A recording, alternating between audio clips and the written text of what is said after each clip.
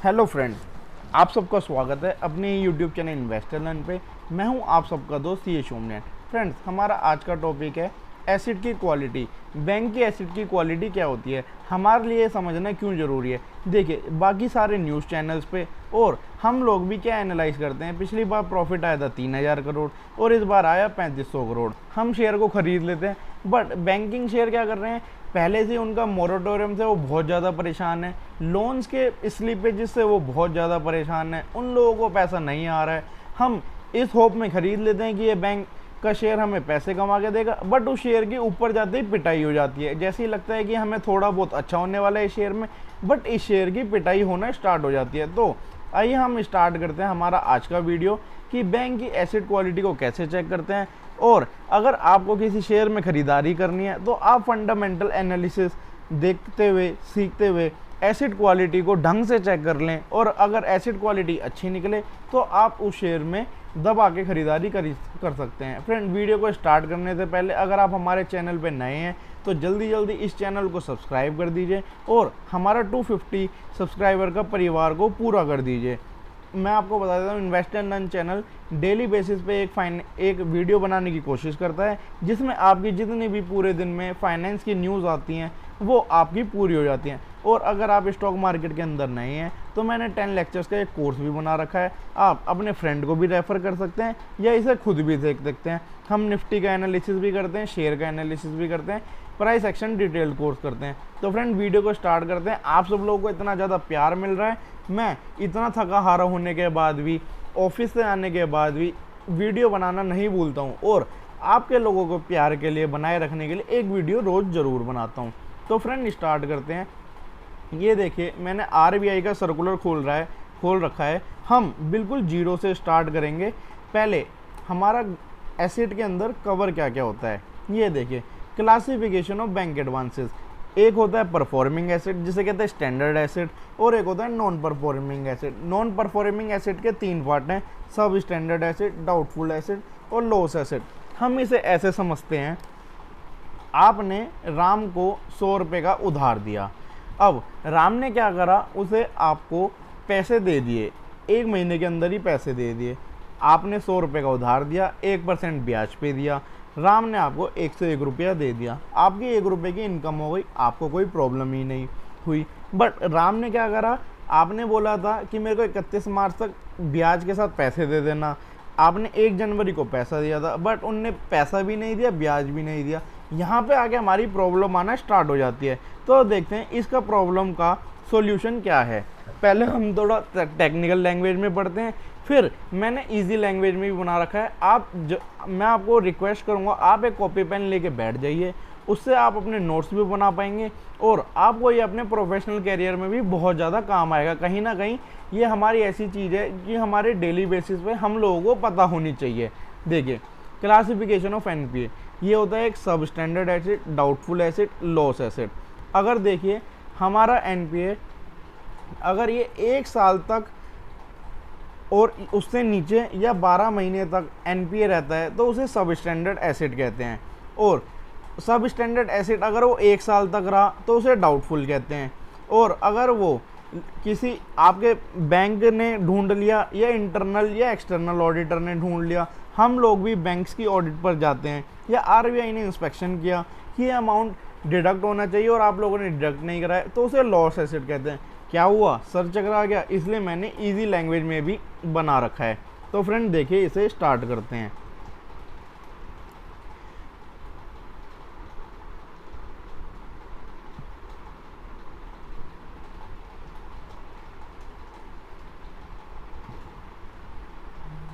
ये देखिए फ्रेंड, हमारा सब स्टैंडर्ड, ये लॉस का प्रोविज़न है।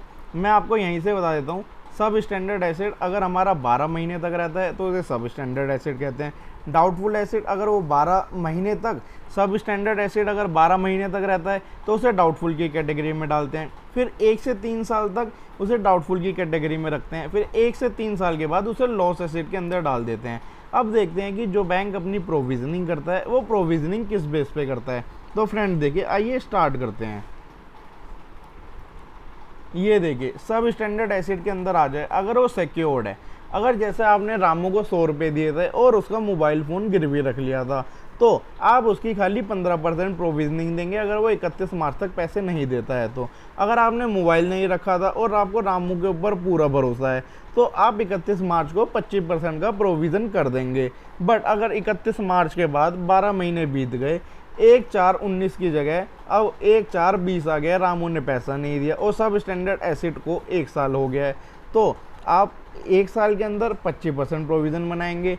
1 साल से ज़्यादा 3 साल तक आप 40% का प्रोविज़न बनाएंगे। और अगर डाउटफुल को अब रामू से आपका रामू दिखता ही नहीं है, आप रामू के घर जाते हैं, रामू मिलता नहीं है, रामू जहाँ काम करने जाता था आपको वहाँ पे रामू नहीं मिलता है, तो मतलब आप डाउटफुल हो गए हैं बिल्कुल कि अब ये पैसा नहीं आने वाला और आपको 3 साल से ज़्यादा हो गए हैं। 1/4/22 आपकी आ चुकी है, 3 साल तक पैसा नहीं आया, जब 3 साल में नहीं आया तो अब कैसे आएगा। तो यहाँ पे आप 100% प्रोविज़न बनाएंगे। और लोन एडवांसेस, लॉस एडवांसेस में आरबीआई ने इंस्पेक्शन करा, इंटरनल ऑडिटर ने, एक्सटर्नल ऑडिटर ने बताया कि इसका पैसा तो आप आ ही नहीं रहा है, तो 100% पैसा डाल देंगे। तो फ्रेंड अब हम देखते हैं ग्रॉस एनपीए और नेट एनपीए में डिफरेंस क्या होता है। All the unpaid loans which are classified as non performing loans means, जैसे रामू ने किसी भी लोन की ड्यू डेट है उसके बाद जो भी पैसा नहीं दिया उसे कहेंगे ग्रॉस एनपीए। मीन्स रामू आपने क्या करा, 1 जनवरी 19 को रामू को पैसे दिए 100 रुपये, बट 31/3/19 तक रामू ने आपको पैसे नहीं दिए, जो कि ड्यू डेट थी। ड्यू डेट ही अभी कोई प्रॉब्लम होने की ज़रूरत नहीं है। उसके 30 आपको 90 डेज़ का एक पीरियड दिया जाता है, जिसके बाद कहा जाता है कि आप इसे एनपीए में डाल दीजिए कि ये एसिड अब परफॉर्म नहीं करेगा और अब ये एसिड नॉन परफॉर्मिंग एसिड बन गया है, जिससे अब क्या होगा, आपको जो इंटरेस्ट मिलने की तो संभावना ख़त्म हो गई है, बट आपको प्रिंसिपल अमाउंट भी मर जाएगा जब भी बैंक को लॉस होता है। तो अब इसके अंदर क्या है, जितने भी ऐसे एडवांसेस हैं जिसमें डिफ़ॉल्ट होना स्टार्ट हो गया 90 डेज़ बाद, 1/4/19 से 90 डेज 30 जून तक डिफ़ॉल्ट होना स्टार्ट हो गया है, तो वो सारे ग्रॉस एडवांसेस ग्रॉस एनपीए होते हैं। ये fails to be honored and within 90 days financial institutions are obligated to classify them as NPA because they are not receiving either principal, ना तो प्रिंसिपल मिल रहा है ना नेट पेमेंट मिल रही है। तो ये तो हमारा हो गया ग्रॉस एनपीए। अब हम देखते हैं नेट एनपीए क्या है। Refers to the sum of non performing loans. Non performing loan जैसे हमारा रामू वाला केस था, जैसे समझ लिया 100 रुपये हमने और इसमें से कर दिया less provision for bad and doubtful debt. जैसे शामू ने क्या करा, 10 रुपये हमसे ले रखे हैं। मैं आपको इजी के लिए बता रहा हूँ, अगर मैं 1 करोड़ या 10 करोड़ फिगर्स लूँगा तो हमें समझ नहीं आ जाता और हम फिगर्स में उलझे रह जाते हैं। अब समझ ले रामू ने हमसे 100 रुपये लिए थे, बट एक लोन शामू ने भी ले रखा है और उसमें 1 साल हो गया है, उसने उसके लिए अब हमें प्रोविज़न बनाना पड़ेगा, वो पैसे दे ही नहीं रहा है। तो हमें लग रहा है कि जो शानू को लोन दिया था वो 10 रुपीज़ हमारे मर जाएंगे। तो 100 रुपये हमारा हो गया ग्रॉस एनपीए और नेट एनपीए हो गया हमारा 10 रुपये। ये मैं आपको थोड़ा लिख के समझाता हूँ। ये हमारा हो गया 100 रुपये। अब इसके अंदर से 100 रुपये आपका ये हो गया ग्रॉस एनपीए। अब इसमें से आप लेस कर दीजिए प्रोविज़न। आपके प्रोविज़न कितने हैं, शामू वाले आपके प्रोविज़न हो गए 10। तो अब आपका नेट एनपीए कितना बन गया, 90। तो मैं होप करता हूँ कि आपको ये समझ आ गया होगा।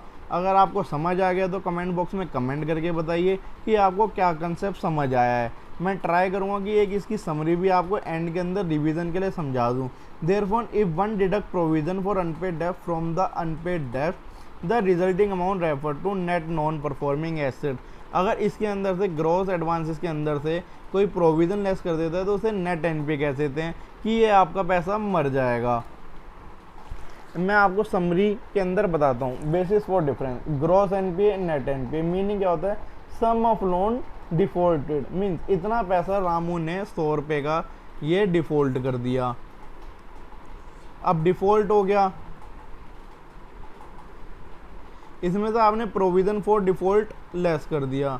तो अब ये 90 रुपये क्या है, ये बन गया आपका नेट एनपीए जो मर गया है। मीन आपको लग रहा था कि 1000 रुपये नहीं आएंगे, बट आपने उसमें से 500 रुपये का प्रोविज़न बना दिया। 500 रुपये जो है नेट एनपीए मिलकर वो पैसा मर गया है।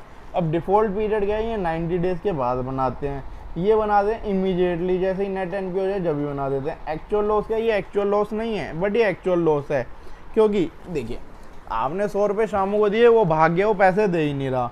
10 रुपये का आपने प्रोविज़न बना दिया शानू का, वो 1 साल से गायब है।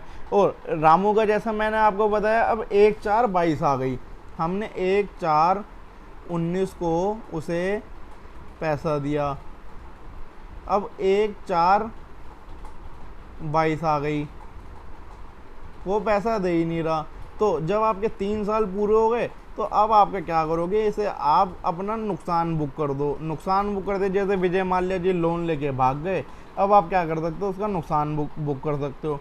कॉजेज़ क्या है, पुअर गवर्नेंट पॉलिसीज। अब गवर्नमेंट ने क्या करा, किसानों का लोन माफ़ कर दिया, जो छोटे रोजगार थे उनका लोन माफ़ कर दिया। तो इससे क्या होता है, ग्रॉस एनपीए बहुत ज़्यादा बढ़ जाता है। इंडस्ट्रियल सिकनेस, अब जैसे कोरोना वायरस चल रहा है, तो बहुत सारी कंपनीज़ की सेल ही नहीं हो रही है, और कुछ इंडस्ट्रीज़ तो बिल्कुल ठप पड़ी हैं, तो इंडस्ट्री सिकनेस हो जाती है। नेचुरल कैलेमिटीज़, अब जैसे असम में आपने देखा होगा कि आज एक ऑयल वेल कंपनी में आग लग गई, तो नेचुरल कैलेमिटी क्या हुई, अगर जैसे वहाँ पे कोई भी प्रॉब्लम हो जाए, बाढ़ आ जाए, तो वो हो जाती है नेचुरल कैलेमिटी। ये लो प्रोविज़न फॉर अनपेड डेब्ट, जैसे आपने यहाँ पे 10 रुपये का प्रोविज़न बनाया है, अगर आप यहाँ पे पहले ही 50 रुपये, जो आप अगर रामू का पहले ही ईयर में ही, जैसे आप शामू का 10 रुपये लेस कर रहे हैं, पहले ही 50 रुपये लेस कर देते इसकी जगह, तो आपका नेट एनपीए कम होता। इफेक्ट क्या आता है, इक्विटी एंड कंपनी गुडविल। अगर जैसे किसी का, मैं बता रहा हूँ कि मैंने 1000 रुपये दिए,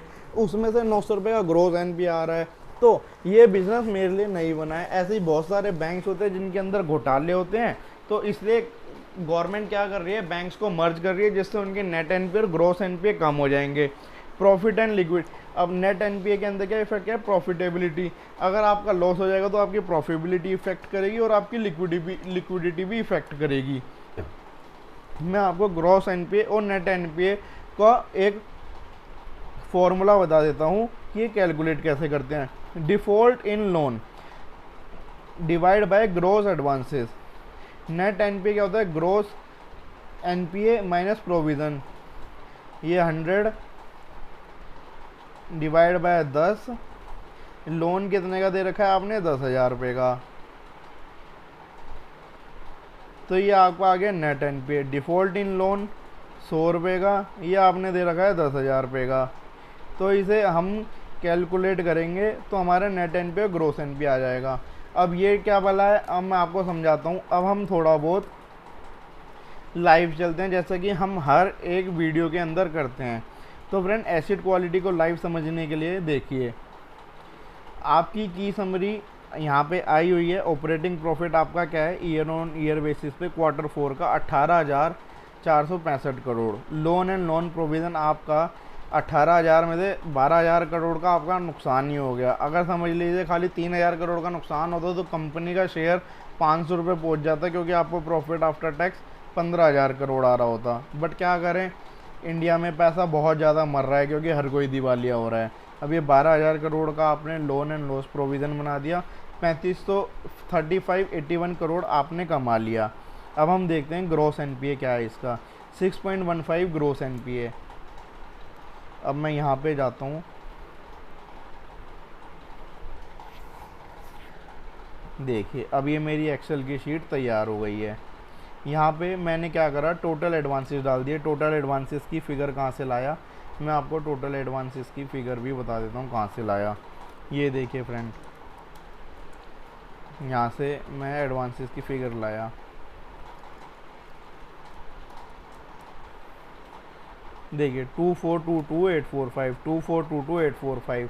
अब ये मैं ग्रोस एडवांसेस की फ़िगर यहाँ से लेके आया।